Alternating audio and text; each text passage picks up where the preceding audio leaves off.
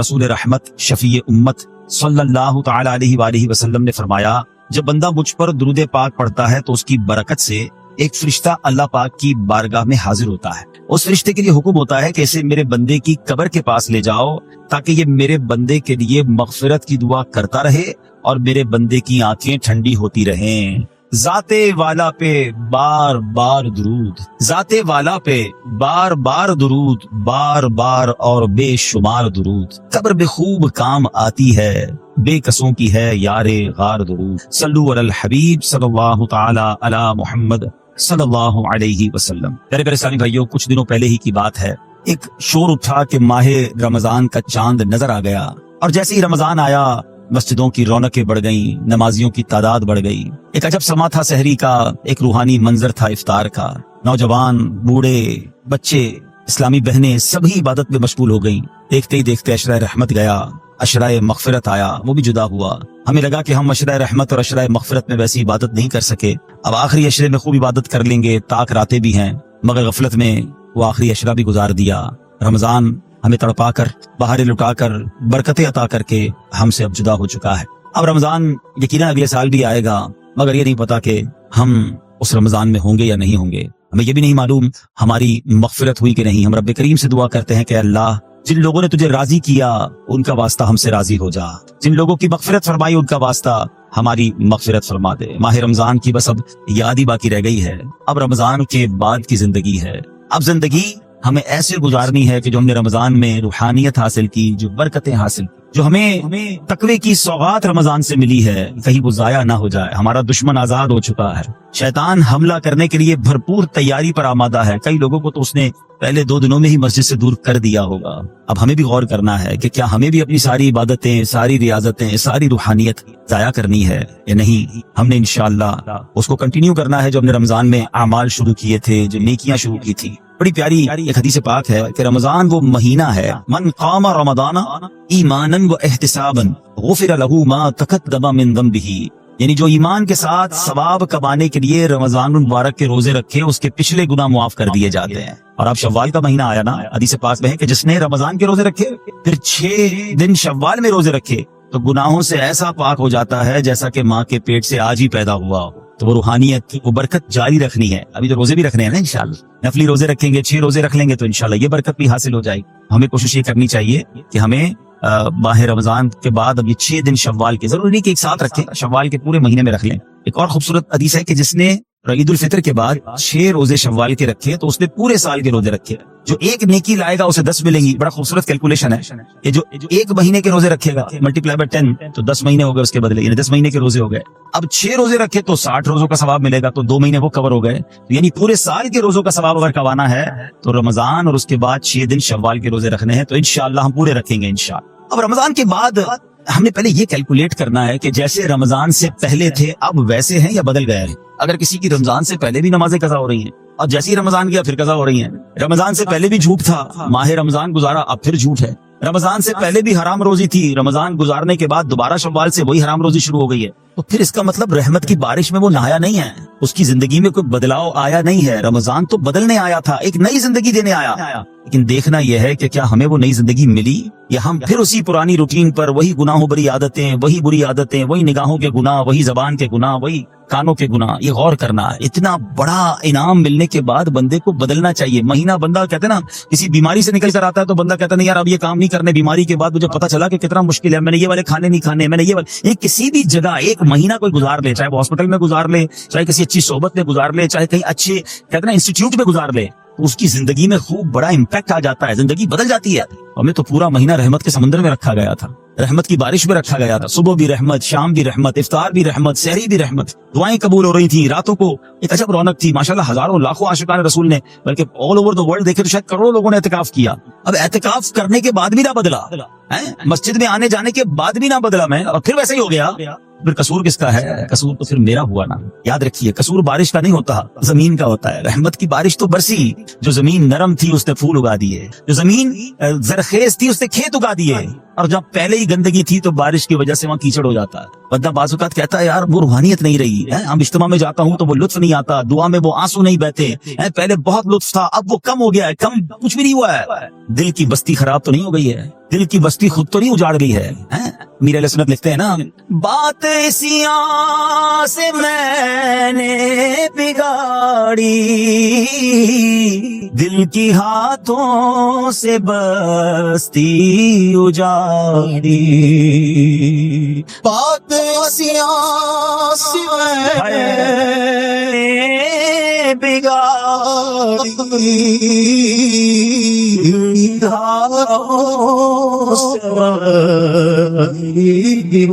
جاڑی لطفو طاقت یفو عطا کی میرے مولا، میرے مولا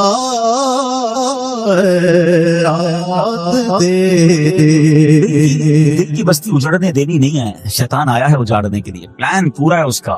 اس سے سب چھین لینا ہے، اس کی نمازیں، اس کے روزے، اس کی آنسو، اس کی دعائیں، اس کے سجدے، اس کے صدقے، اس کی خیرات، اس کے چہرے پر جو داڑھی سج گئی، سر پر جو امامے آ گئے، بہنوں نے جو پردے کی نیت کر لی. وہ آیا ہے بستی اجاڑنے، وہ آیا ہے ہم سے سب کچھ چھیننے.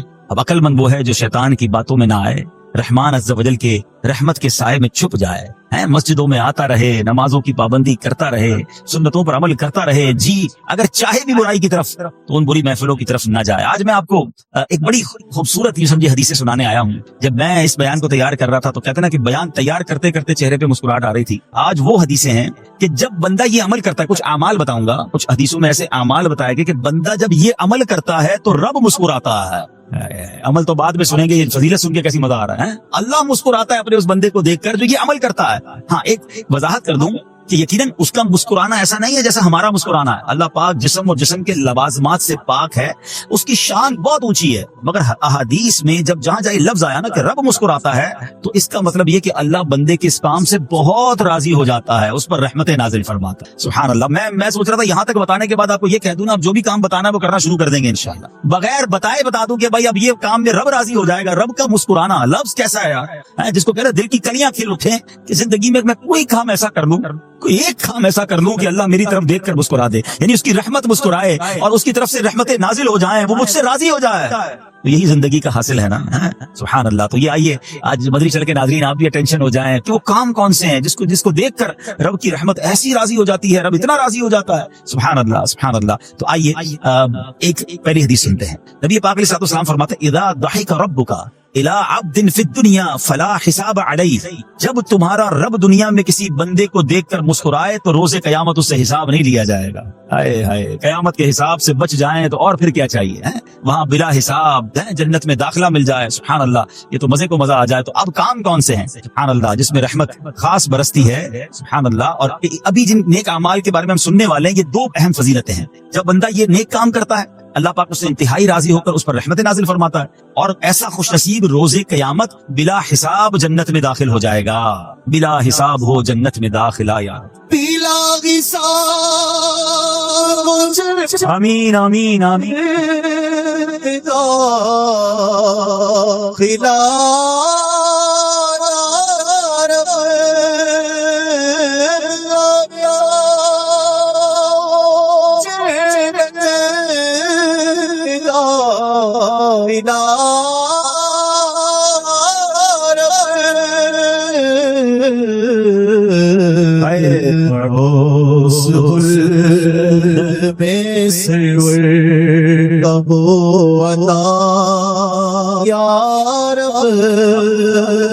واقعہ سنیے گا. پہلا خوبصورت کام، اور یہ اتنا آسان کام ہے، سچی بات یہ اتنا مزیدار کام ہے کہ بندہ یہ صبح و شام کر سکتا ہے اور کرتا جائے اور رب کی رحمت لوٹتا جائے. مگر اس واقعے میں مولا علی شیر خدا کرم اللہ تعالی وجہ الکریم کی شان بھی بڑے پیارے انداز میں سیکھنے کو ملے گی.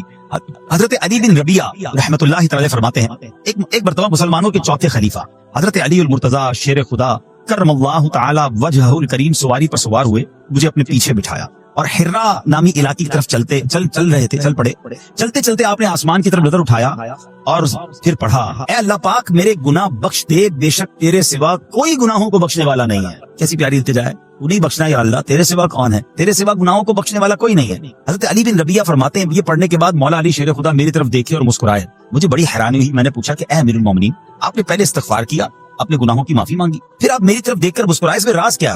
مولا علی شیر خدا کرم اللہ وجہ الکریم فرماتے ہیں کہ اپنے پرانا ایک واقعہ سنانے لگے، اپنی ماضی کی یاد تازہ کرنے لگے. فرمانے لگے ایک مرتبہ پیارے آقا مکی مدنی مصطفیٰ صلی اللہ تعالی علیہ وسلم سواری پر تشریف فرما ہوئے اور مجھے اپنے پیچھے بیٹھنے کا شرف عطا فرمایا. مولا علی کو پیچھے بٹھایا نبی پاک نے اپنی سواری، اور ہم اسی جگہ یعنی حرا کا جو علاقہ ہے اسی طرف آ رہے تھے. اور چلتے چلتے میرے آقا علیہ السلام نے آسمان کی طرف نگاہ اٹھائی اور فرمایا اللہم اغفر لی ذنوبی انہ لا یغفر الذنوب احد غیرک، اے اللہ میرے گناہ بخش دے، بے شک تیرے سوا کوئی گناہوں کا بخشنے والا نہیں ہے. پھر نبی پاک علیہ السلام میری طرف دیکھ کر مسکرائے، اے ربیعہ میں نے بھی وہی سوال کیا جو آج تم نے سوال کیا تھا. علی بن ربیعہ نے سوال کیا تھا نا کہ آپ مسکرائے کیوں ہیں. نبی پاک علیہ السلام سے مولا علی نے سوال کیا کہ حضور آپ نے پہلے استغفار کیا پھر آپ مسکرائے. تو نبی پاک علیہ السلام نے فرمایا اے علی، جب بندہ اللہ پاک سے گناہوں کی معافی مانگتا ہے اللہ پاک اس بندے سے خوش ہو کر مسکراتا ہے. بس اللہ پاک کے اسی مسکرانے کی وجہ سے میں مسکرایا ہوں. اچھا اس پر بات کرتے ہیں کہ استغفار کتنی کمال کی چیز ہے، اللہ کی کتنی پسند کی چیز ہے. مگر ذرا کمال تو دیکھیے مولا علی شیر خدا کا کہ آپ نے ایگزیکٹلی وہی پورا سینیریو کریٹ کیا، وہ پورا منظر آپ نے خود کریٹ کیا، بنایا کہ اسی طرح پیچھے سواری پر علی بن ربیعہ کو بٹھایا، اسی وادی میں لے کر گئے، اسی وادی میں جا کر آسمان کی طرف نگاہ بھی کی اور وہی الفاظ دہرائے جو نبی پاک نے دہرائے. الفاظ دہرانے کے بعد حضرت علی بن ربیعہ کو مولا علی دیکھ کر مسکرا بھی رہے ہیں، اور کمال دیکھیں علی بن ربیعہ سوال بھی وہی کر رہے ہیں اور میرے شیر خدا جواب بھی وہی عطا فرما رہے ہیں. آئے ہائے کیسا نبی پاک سے محبت کا انداز ہے. ایچ اینڈ ایوری اسٹیپ، ایک ایک قدم کو صحابہ فالو کیا کرتے، ہمارے اسلاف فالو کیا کرتے ہیں. مسکرایا بھی نبی پاک نے جس مقام پر جس انداز میں، وہ وہاں جا کر ویسے ہی مسکرا رہے ہیں، گویا یہ بتا رہے ہیں یہ نہ پوچھو میں کیا کر رہا ہوں، کسی کی ادا کو ادا کر رہا ہوں. ایک صحابہ کرام پتہ مقامات ڈھونڈا کرتے تھے کہ کہاں کہاں میرے آقا نے نمازیں ادا کی، کہاں قیام کیا، سفر میں کہاں پڑاؤ ڈالا. ہم بھی ایگزیکٹلی اسی طریقے سے سفر کریں، وہی پڑاؤ ڈالیں، وہی نوافل ادا کریں. اللہ اکبر. اور آج ہمیں پتہ چل جائے کہ یہ سنت ہے تو جواب کیا ملتا ہے؟ بھائی سنت ہی ہے نا، فرض تو نہیں ہے. امام صاحب سے اور مولوی صاحب سے اور علماء سے لوگ آ کے یہی سوال کر رہے ہوتے حضرت گناہ تو نہیں ملے گا، سنت ہی ہے نا تو مسئلہ تو نہیں چھوڑنے. اللہ کے بندو سنت کو اتنا نارمل لے دیا. اب تو نیا طبقہ بن گیا، کہتے ہیں بھائی نماز میں فرض پڑھ لو، بڑی بات ہے، کیا پڑھنا سنت ہے، کوئی ضروری نہیں ہوتی. کہاں سے آگے لوگ جو نبی پاک کی سنت سے ہمیں دور کرنے کی بات کرتے. عاشق رسول کے لیے اس سے بڑی کیا بات ہے کہ پتہ چل جائے یہ نبی پاک کی سنت ہے. میرے آقا فرماتے من احب سنتی فقط احبنی، جس نے میری سنت سے محبت کی وہ ایسا ہے جیسے اس نے مجھ سے محبت کی. اور آگے سنو فرماتے ومن احبنی کان معی فی الجنہ، جس نے مجھ سے محبت کی وہ جنت میں میرے ساتھ ہوگا. ارے سنت پر عمل کرنا تو جنت میں جانے، اور وہ بھی نبی پاک کے ساتھ جانے والا راستہ. لوگ کہتے ہیں سنت ضروری نہیں. اللہ سلامت رکھے میرے پیر و مرشد کو، اللہ سلامت رکھے دعوت اسلامی کو. قدم قدم پر سنتوں کی بات دعوت اسلامی والے کرتے ہیں. یقیناً کچھ لوگوں کو پرابلم ہوتی ہے یار اتنی سنتوں کی بات، تمہارا بیان بھی سنتوں بھرا بیان، مدنی حلقہ بھی سنتوں بھرا، تو جناب ہر جگہ سنت کی بات. ارے غلام آقا کے طریقے کی بات نہ کرے تو کس کی بات کرے؟ ارے مولا علی کو تو دیکھو یار مولا علی شیر خدا، ہم پنجتن کے غلام ہیں، اہل بیت سے محبت کرتے ہیں، صحابہ سے پیار کرتے ہیں. ان کو دیکھے نا ایک ایک قدم کو، ایک ایک طریقے کو، ایک ایک انداز کو فالو کیا کرتے تھے. آپ کو پتا ہے حضرت ابوبکر صدیق رضی اللہ تعالیٰ کا وصال کا دن آنے والا تھا. آپ کو آخری گھڑیاں تھیں. آپ نے اپنی صاحبزادی بی بی عائشہ صدیقہ رضی اللہ تعالیٰ عنہا سے پوچھوایا ذرا یہ تو بتاؤ نبی پاک کا جو وصال کا دن تھا وہ دن کون سا تھا، وصال کے وقت کپڑے کیا پہنے تھے. یعنی ایک ایک بات کی معلومات لے رہے ہیں. تمنا یہ ہے کہ نبی پاک جس دن دنیا سے پردہ فرمایا اس سنت پر بھی عمل ہو جائے، میرا انتقال بھی اسی دن ہو جائے. آپ غور کریں کتنی باریکی سے پیارے آقا علیہ السلام کو صحابہ کرام اہل بیت اطہار فالو کرتے تھے. اور آج پتہ نہیں کیا ہو گیا ہے. سنت ابھی تھوڑے دنوں بعد انشاءاللہ حاجی حج کو جائیں گے. اللہ مجھے اور آپ کو بار بار حج کی سعادت عطا فرمائے. حج کے دنوں میں ایک ہی سوال ہوتا ہے مینا کی راتیں سنت ہی ہے نا، نہ گزارے تو حضرت پہ دم تو نہیں ہو جائے گا. ارے تمہیں صرف دم کی فکر ہے، گئے کس لیے حج پہ؟ میرے آقا نے اگر خیموں میں مینا کے میدان میں رات گزاری تو عاشق رسول کے لیے تو اس سے بڑی راتیں کون سی ہوں گی. قدم قدم پر پیارے آقا کے طریقے کو فالو کرنا چاہیے. حاجی کو ایک ہی فکر ہوتی ہے بھائی دم تو نہیں لگ جائے گا، مولوی صاحب اور کوئی رعایت بتا دیں. ارے ہم گئی عبادت کرنے، سنتوں پر عمل کریں، مستحبات پر عمل کریں، بزرگوں کی اداؤں کو ادا کریں تاکہ زیادہ سے زیادہ برکتیں لوٹ کرا. تو بہرحال اب آتے ہیں واپس اسی عمل پر. کیا عمل ہے جس کو دیکھ کر رب بھی مسکراتا ہے. دوبارہ عرض کر دوں کہ اللہ کا مسکرانا وہ جسم اور جسمانیت سے پاک ہے، اس کی رحمت برستی ہے، اس کی رضا مل جاتی ہے. اور وہ کس بات پر رضا ملتی ہے کہ جب بندہ اللہ سے معافی مانگتا ہے تو اللہ اس کے معافی مانگنے پر بہت راضی ہو جاتا ہے. سبحان اللہ. اللہ پاک ایسے بندے سے بہت خوش ہوتا ہے. وجہ پتہ کیا ہے؟ وہ فرماتا ہے دیکھو میرا بندہ جانتا ہے کہ اس سے گناہ ہوا ہے اور یہ بھی جانتا ہے کہ میرا مالک بخشنے والا ہے. اللہ کی رحمت سے مایوس نہیں ہونا ہے. گناہ ہو گیا اب فوراً توبہ کرنا ہے, استغفار کریں. سبحان اللہ. اللہم اغفر لی, اللہم اغفر لی, یہ پڑھنے کی عادت بنائیں. ٹھیک ہے, اور اس کے معنی بھی ہمیں پتا ہونا چاہیے کہ یا اللہ مجھے بخش دے, یا اللہ مجھے بخش دے. اور سبحان اللہ ہو سکے تو استغفار کے اور بھی الفاظ ہیں, استغفر اللہ, استغفر اللہ. ہمارے شجرہ قادریہ تاریہ میں سید الاستغفار لکھا ہے, وہ پڑھنے کی عادت بنائیں. کم از کم 100 بار تو دن میں استغفار کریں نا. اے کاش کہ ہم استغفار کرنے والے بن جائیں. اور آپ کو شاید پتہ نہیں ہے, استغفار جہاں گناہوں کی معافی ہے نا, وہاں یہ بہت سارے مسائل کے حل کی کنجی بھی ہے. آپ اگر پرابلم میں ہیں, روزی کے مسائل ہیں, اولاد نہیں ہو رہی ہے, یا کوئی بھی پرابلم ہے, تو آپ کیا سنیے. حضرت امام حسن بصری رحمۃ اللہ تعالی, بہت بڑے بزرگ, ایک شخص آیا آ کر کہتا حضور بارش نہیں ہو رہی ہے, قحط کی پوزیشن آ گئی ہے, بارش نہیں ہو رہی, دعا فرمائیں, کو وظیفہ عطا فرمائیں. آپ نے فرمایا استغفار کر. وہ چلا گیا. اچھا ایک بزرگ بیٹھے تھے, ان کے پاس حضرت ربیع بن صبیح رحمۃ اللہ, وہ دیکھ رہے تھے. دوسرا بندہ آیا, کہتا حضور تنگ دستی ہے, کاروبار میں ڈاؤن ہے, رزق میں تنگی ہے. آپ نے فرمایا استغفار کرو. پھر تیسرا شخص آیا, کہتا حضور اولاد نہیں ہو رہی ہے, اصول اولاد کے لیے وظیفہ لینا ہے, فرمایا استغفار کرو. چوتھا بندہ آیا, وہ کہتا ہے کہ حضور میرے باغ میں فصلوں میں پیداوار کی کمی ہے, فرمایا استغفار کرو. حضرت ربیع بن صبیح کہتے ہیں حضور پہلا بندہ الگ پرابلم لے کر آیا, دوسرا الگ, تیسرا الگ, چوتھا الگ, چاروں کو ایک ہی دوائی, چاروں کو ایک ہی وظیفہ, استغفار استغفار. ہائے ہائے, بڑوں کی بڑی باتیں ہیں. قرآن میں بھی پڑھتا ہوں, قرآن آپ بھی پڑھتے ہیں, مگر دیکھو اللہ والے کیسے پڑھتے ہیں. کیا خوبصورت جواب دیا آپ نے. آپ فرماتے ہیں سورہ نوح 12:29 آیت نمبر 10 سے 12 کی آپ نے تلاوت فرمائی. اب ذرا قرآن سنیے گا. بسم اللہ الرحمن الرحیم. استغفروا ربکم انه کان غفارا یرسل السماء علیکم مدرارا ویمددکم باموال وبنین ویجعل لکم جنات ویجعل لکم انہارا. سبحان اللہ. ذرا سنیے گا, اپنے رب سے معافی مانگو. استغفروا ربکم انه کان غفارا, بے شک وہ بڑا معاف کرنے والا ہے. اب دے گا عطا, کیا فرمائے گا؟ یرسل السماء علیکم مدرارا, وہ تم پر موسلا دھار بارش بھیجے گا. وَيُمْدِدْكُمْ بِأَمْوَالٍ وَبَنِينَ وَيَجْعَلْ لَكُمْ جَنَّاتٍ وَيَجْعَلْ لَكُمْ أَنْهَارًا. فرمایا اور مالوں اور بیٹوں سے تمہاری مدد فرمائے گا, اور تمہارے لیے باغات بنا دے گا, اور تمہارے لیے نہریں بنائے گا.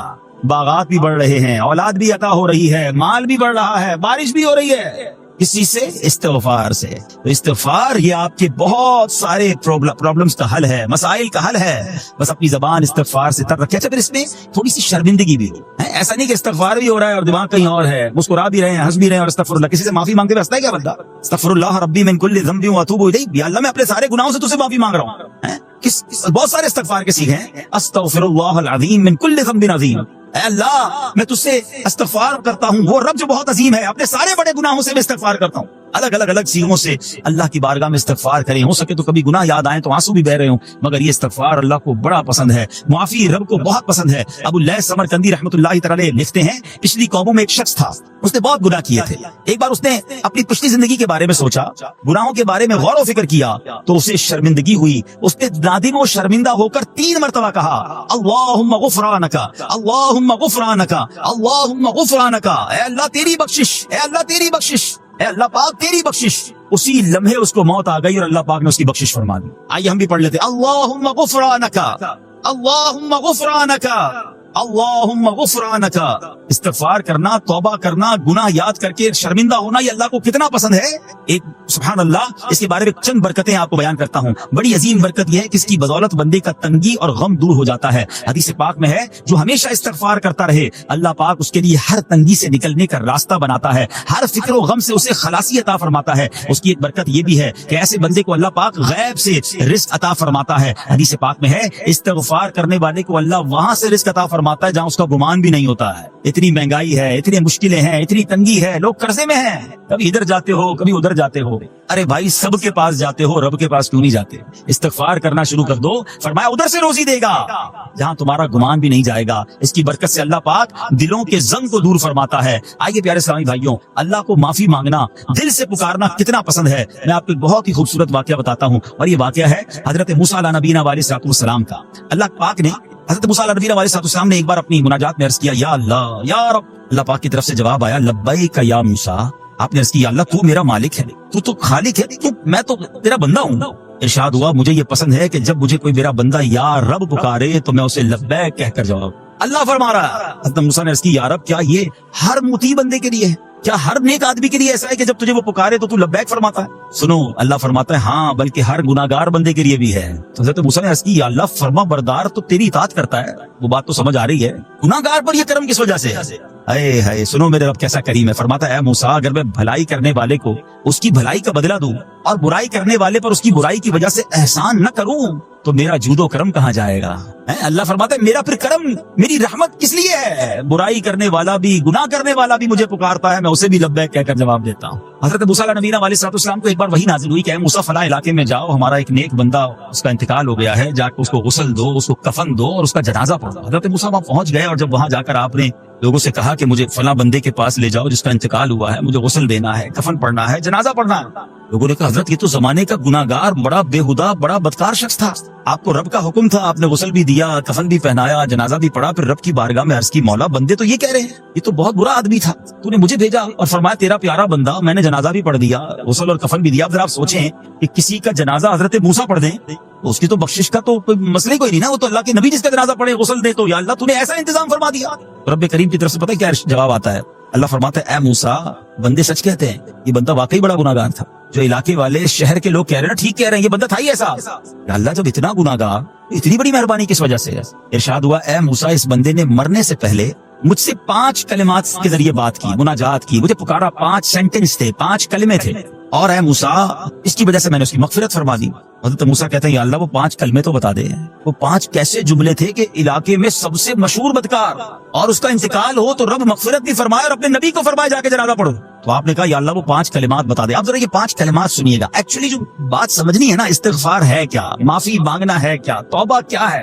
اللہ فرماتا نا کہ ہم نے سنا کہ جو بندہ اللہ سے استغفار کرتا ہے اللہ اسے دیکھ کر مسکراتا ہے، اس کی وجہ یہ کہ بندہ رب کی بارگاہ میں اپنے آپ کو سرنڈر کرتا ہے، اپنے گناہ یاد کرتا ہے، اپنی کم مائگی کا اظہار کرتا ہے۔ وہ کہتے ہیں نا الندم التوبہ، شرمندگی توبہ ہے، شرمندہ ہو جانا انسان۔ دنیا میں پتہ ہے کیا معاملہ ہے؟ ہم کسی عدالت میں جا کر کہتے ہیں ہم نے جرم کیا ہے، اقبال جرم، ٹھیک ہے، تو کیا ہوتا ہے؟ جج کہتا ہے پھر اس کو گرفتار کرو اور سزا سناؤ، بندہ خود ہی مان رہا ہے، گواہوں کی ضرورت کیا ہے؟ دنیا کی عدالت میں اقبال جرم پر سزا ملتی ہے، میرے رب کی رحمت کی عدالت دیکھو، بندہ وہاں جا کر اقبال جرم کر لے، شرمندہ ہو جائے، معافی مانگ لے، اللہ اس کے سارے گناہ معاف فرما دیتا۔ یہ فرق ہے دنیا والوں میں اور رب کی عدالت میں، سبحان اللہ۔ وہ حضرت موسیٰ کہتے ہیں یا اللہ وہ 5 کلمے بتا، اور بتائے گئے تو وہ 5 کلمے سنیے گا ذرا۔ وہ بندہ کہتا ہے مرنے سے پہلے اے رب تو جانتا ہے میں نیکوں سے محبت کرتا ہوں اگرچہ خود نیک نہیں ہوں، یا رب تو جانتا ہے میں فاسقوں سے بغض رکھتا ہوں اگرچہ میں خود فاسق ہوں۔ سمجھ رہے بات؟ اللہ نیکوں سے پیار کرتا ہوں، مجھے پتا ہے میں خود نیک نہیں ہوں، میں گناہ گاروں سے نفرت کرتا ہوں حالانکہ میں خود بھی گناہ گار ہوں، کہیں بھی اپنی بڑائی نہیں ہے، میں گناہ گار، میں بدکار، مگر اللہ میں پیار کرتا ہوں نیک لوگوں سے۔ تیسرا جملہ کیا تھا؟ یا رب اگر مجھے معلوم ہو جائے کہ میرے جنت میں داخل ہونے سے تیری ملکیت میں کوئی کمی آ جائے گی تو اللہ میں تجھ سے پھر جنت کا سوال کرنا چھوڑ دوں گا۔ مجھے یہ پتا ہے یا اللہ تو نے مجھے جنت میں داخل کیا نا، تیری جنت میں کوئی کمی نہیں آئے گی، بہت بڑی ہے، اب مجھے داخل بھی کرنے سے تیرا کچھ نہیں جائے گا، اگر کچھ جاتا ہوتا تو یا اللہ میں جنت تیرے سے مانگنا چھوڑ دیتا۔ چوتھا جملہ کیا ہے؟ اے رب اگر مجھے معلوم ہو جائے کہ مجھے جہنم میں داخل کرنے سے تیری ملکیت میں اضافہ ہو جائے گا تو میں پھر جہنم سے پناہ نہیں مانگوں گا، یعنی اگر تو تیرے ملک میں تیری شان میں اضافہ ہو رہا ہے مجھے جہنم میں ڈالنے سے، پھر تو میں نہیں کہوں گا تجھے کہ جہنم سے نکال، اگر مجھے پتا ہے تو پہلے ہی مالک ہے، تو پہلے ہی خالق ہے، سب کچھ تیرا ہے، مجھے جہنم میں ڈالنے سے تیری کوئی ملکیت میں اضافہ نہیں ہونا۔ اور آخری بات کیا کہتا ہے؟ یا رب اگر تو مجھ پر رحم نہ کرے گا تو پھر کون کرے؟ اللہ فرماتا ہے اے موسیٰ میں نے اس پر رحم کیا، یہ میرے کرم کے لائق تھا، میرے کرم کے لائق نہیں تھا کہ میں اسے ناکام لوٹا دیتا، جب اس نے یہ کلمات کہے تو میں نے اسے درگزر فرمایا، اس کی مغفرت فرما دی اور میں ہی بخشنے والا مہربان ہوں۔ تو اے میرے پیارے اسلامی بھائیوں، آج وہ کام سیکھ کے جانا ہے، سمجھ کے جانا ہے، جس کو جو بندہ کرتا ہے تو رب کی رحمت گویا مسکراتی ہے، وہ یہ ہے کہ اللہ سے معافی مانگتے رہیں، استغفار کرتے رہیں، اللہ کو راضی کرنے کی کوشش کرتے رہیں، اپنے گناہوں پر ندامت رکھیں، کہ جو معافی مانگتا ہے نا اللہ اسے بہت پسند فرماتا ہے۔ حدیث پاک میں آتا ہے التائب من الذنب کمن لا ذنب له، گناہوں سے توبہ کرنے والا ایسا ہے جیسا اس نے گناہ کیا ہی نہیں ہے۔ اچھا اب ایک اور بہت پیارا عمل جس کو دیکھ کر اللہ مسکراتا ہے، وہی میں نے جو تفصیل بتائی کہ اللہ کی رحمت راضی ہو جاتی ہے اور اللہ کی رحمت برستی ہے، رب راضی ہو جاتا ہے۔ نبی پاک علیہ الصلوۃ والسلام نے فرمایا 3 بندے ہیں اللہ پاک انہیں دیکھ کر مسکراتا اور کیا ہوتا ہے؟ فرمایا اور بہت خوش ہوتا ہے۔ اب وہ 3 بندے کون سے ہیں؟ چیک کر لیا ان میں ہیں کہ نہیں۔ فرمایا نمبر 1 وہ بندہ جو رات کو اٹھے، بستر چھوڑے،